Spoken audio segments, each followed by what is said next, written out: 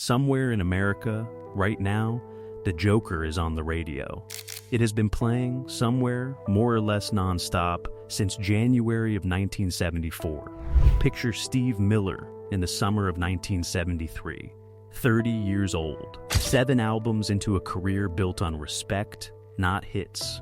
His label was losing patience, none of his recent records had cracked the top 20, a car wreck had broken his neck the year before. He had 1 album left on his contract, and no guarantee of another.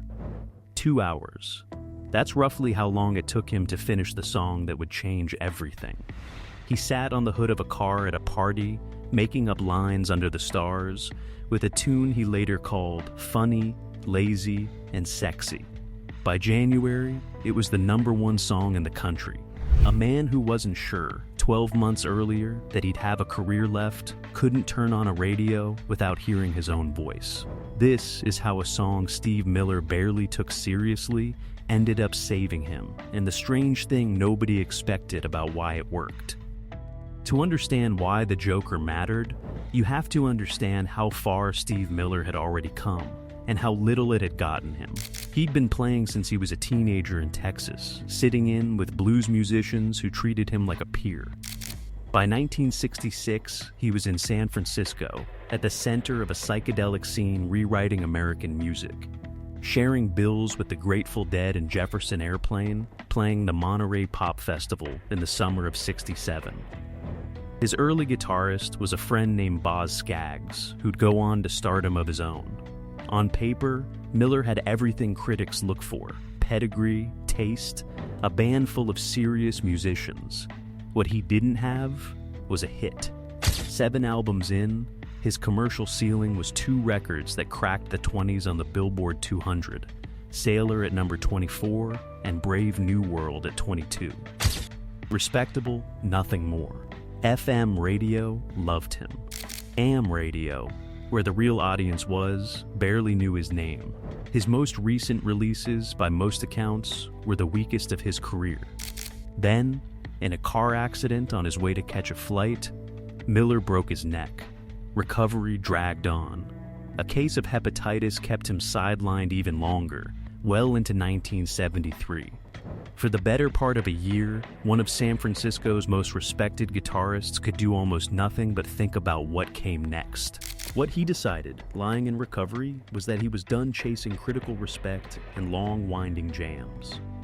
He wanted to write something compact, something people could sing along to on the first listen.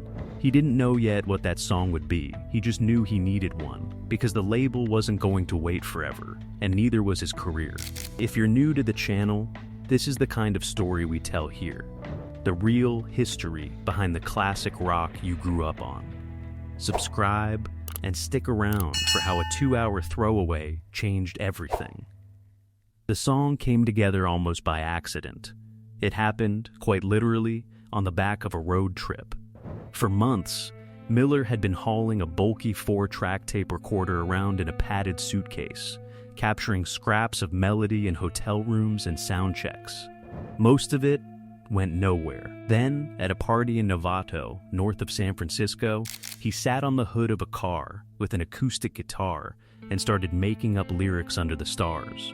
By his own account, that's where the song's central hook, the string of nicknames that gives it its title, fell into place. Listen closely to the opening lines, and you'll notice something. Miller isn't introducing a new character. He's quoting himself. Space Cowboy and Gangster of Love were nicknames from his own earlier songs. Maurice was a callback to a track called Enter Maurice. It's a private joke dressed up as a public one. Longtime fans got an inside reference. New listeners just heard a guy who sounded like he already had a mythology, whether he'd earned one yet or not. Then there's the sound that makes the whole record. Right after the word Maurice, a guitar answers back with something close to a wolf whistle. Miller ran a Stratocaster through a Leslie speaker and a wah pedal until the slide guitar seemed to talk. It's a 5-second joke, and it's arguably the most recognizable few seconds in his entire catalog. Underneath it all sits a bass line Miller dictated note for note to his new player, Gerald Johnson, deliberately simple, built to groove rather than impress. Recording began at Capitol's Studio B in Hollywood in late July of 1973, with drummer John King and keyboard player Dickie Thompson rounding out the new lineup. Nothing about the arrangement reaches. That restraint, more than any single lyric, is what makes the record feel unforced. Not every line was original. A few phrases, lovey-dovey, shake your tree, were lifted from a 1954 R&B record called Lovey-Dovey, which is why Atlantic Records executive Ahmet Ertegun and songwriter Eddie Curtis still share the writing credit today. And then there's the line everyone remembers and nobody can fully explain, the pompatus of love. Fans have spent decades tracing it back to an obscure doo-wop single from the same era, convinced Miller borrowed and misheard someone else's made-up word. Miller himself has only ever called it an old song he half remembered. He's never confirmed where it actually came from, or admitted it came from anywhere at all. Whatever the real answer is, even the man who sang it may not be able to give it to you. Capitol released The Joker in early October of 1973. Nothing about its debut suggested what was coming. It entered the Billboard Hot 100 the week of October 20th at number 86. That's a footnote, the kind of chart position that usually goes nowhere. Nobody at the label was expecting a chart topper. They'd just watched 2 straight records underperform, and patience for a third swing was thin. The trade press noticed before the radio caught up. Cashbox predicted the single was, in its words, going all the way to become Miller's most successful release ever. Record World called it a smooth piece, reminiscent of Van Morrison, that could finally establish Miller as a genuine AM radio act. For a man who'd spent years being taken seriously by critics and ignored by everyone else, that alone would have counted as a victory. Miller himself needed convincing first. He tucked the song quietly into his acoustic opening set on tour, not the electric set that closed the show, still unsure it was strong enough to carry a crowd on its own. It didn't stay quiet for long. Within weeks, audiences wouldn't let him leave the stage without it, and the acoustic version got pushed aside for the full band arrangement fans actually wanted to hear. It kept climbing. By December, it had cracked the top 10. On January 12, 1974, The Joker reached number 1 on the Billboard Hot 100. It was Steve Miller's first chart topper, after nearly a decade of trying to get there some other way. He's described the moment it became real in very ordinary terms. Driving to a gig in Oakland, he ran through the radio dial and heard his own song on 4 different stations. He wasn't relieved. He was annoyed it wasn't on the 5th. By his own account, by the time that tour finally wound down that January, the song was playing on virtually every AM station in the country roughly twice an hour, around the clock. A level of saturation that, a year earlier, he had no reason to think he'd ever hear. The album followed the single up the charts, peaking at number 2 on the Billboard 200 and staying on the chart for 38 weeks. It went gold within weeks, then platinum. Years later, the single would be certified 7 times platinum by the RIAA. That's recognition of a song that never really stopped selling. Part of what let it travel so far was what it got away with. Buried inside a lazy, radio-friendly groove was an unmistakable drug reference, the Midnight Toker, that somehow slipped past AM censors, who were usually alert to exactly that kind of line. Nobody pulled it from playlists. Nobody seemed to mind. For a band that had spent years being respected in the wrong rooms, this was the first time Steve Miller was being played in all the right ones. Supermarkets, car radios, top 40 countdowns, the places where hits actually get made. The critics' favorite had, almost overnight, become everyone's favorite. For years, Miller had been trying to prove something. He wanted to belong among the serious musicians, and he wanted his band taken as seriously as its influences. The Joker worked because for once, he stopped trying. He's been direct about how close to the edge he was making it. This was the last album left on his contract. The label had gone quiet. If it didn't work, he said, he figured he'd be back on the job market. Teaching high school English, in his own words, was the fallback he had in mind. With nothing left to protect, he made a decision no one at the label pushed him toward. He produced the album himself for the first time in his career, calling every shot instead of handing the tapes off to someone else. It was, by his own account, simply less complicated that way. One set of instincts to trust instead of several. That control is the real mechanism behind the record's ease. With no one left to impress and nothing left to lose, Miller finally let a song be as simple as it wanted to be, and it turned out that simplicity was exactly what a decade of ambitious, respected records had been missing. The Road told the same story. What began as a normal club tour turned, without much warning, into a 250-city run stretched across 2 straight years. A different city roughly every 2.5 days, no real break in between. By his own description, it took the band from small theaters to headlining arenas before they'd fully adjusted to the change. On January 25th, 1974, weeks removed from the top of the charts, Miller hosted the Midnight Special and played the song for a national television audience, a booking that simply wasn't available to him a year earlier. A guitarist who once counted himself lucky to fill a theater was, within a year, headlining arenas full of people who already knew every word before he played a note of it. Success like that comes with a bill, and Miller's arrived right away. The very next single, Your Cash Ain't Nothing But Trash, stalled at number 51 in the spring of 1974. That's a reminder that lightning doesn't strike on command, and that the album built around the Joker would, for most listeners, always be known for exactly one song. The song's borrowed lines came with a permanent cost, too. Because those lovey-dovey phrases were lifted from an older record, Ahmet Ertegun and Eddie Curtis remain co-credited writers on Miller's biggest hit to this day. Miller has made peace with it publicly. "I don't mind having Ahmet's name beside mine," he said in one interview. But it means the song that made his name has never, legally, been entirely his own. There was also the matter of protecting it. Years later, when a rap group sampled the record without permission, Miller took them to court and won. A song that had once been almost a throwaway had become valuable enough to defend.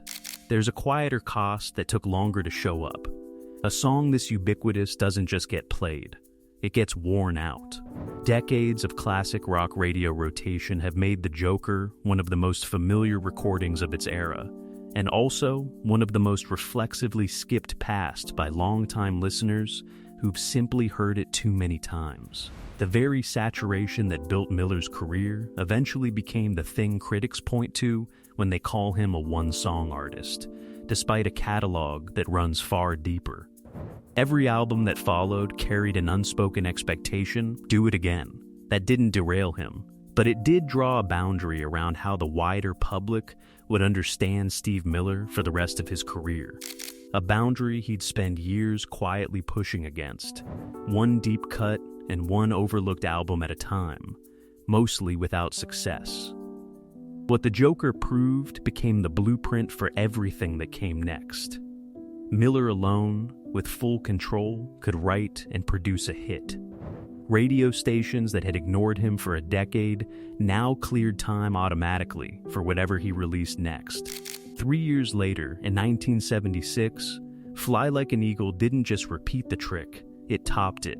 A number 3 album that eventually went 4 times platinum, built around a version of the same formula, tight, hook-driven, entirely his own. Take the Money and Run reached number 11. The title track hit number 2. Rockin' Me became his second number 1 single. A year after that, Book of Dreams, recorded during the same sessions, added Jet Airliner, Jungle Love, and Swingtown to a run of hits that, by the end of the 70s, felt less like luck and more like a system. By the summer of 1976, the band that had been squeezing into theaters 2 years earlier was filling football stadiums, including a night in front of tens of thousands of fans at Denver's Mile High Stadium. That system eventually got packaged into Greatest Hits 1974 to 78, a compilation the RIAA has certified 15 times platinum, a Diamond Award, and one of the 25 best-selling albums in American recording history. A third #1 single, Abracadabra, arrived in 1982. Proof the formula still worked nearly 10 years after it was discovered by accident on the hood of a car. This came with pressure of its own. Every album after the Joker carried the same unspoken question: was that one a fluke, or could he actually do it again? He answered it 4 more times over the following years, which is its own kind of proof. Take away that one record, and none of the rest of it happens. No method, no trust from a label that had already run out of patience once, no 10-year run of hits that still doesn't feel like an accident, even in hindsight. The Joker didn't just give Miller a hit. It gave him a level of trust that a cult favorite simply never gets. Every song on that platinum run is downstream of the 2 hours he spent finishing a song he didn't think would matter. In September of 1990, 17 years after it was written on the hood of a car, the Joker did something no one expected. It went to #1 in Britain, a chart it had never topped the first time around. A Levi's commercial had put the song back on the airwaves, and an entire new audience, most of whom weren't alive when it first came out, sent it back to the top. It's still one of the longest gaps ever recorded, between 2 chart-topping runs of the same song on opposite sides of the Atlantic. It kept finding new rooms after that. Homer Simpson sang it on primetime television. Reggae singer Shaggy built the bass line of his own #1 hit, Angel, on top of it.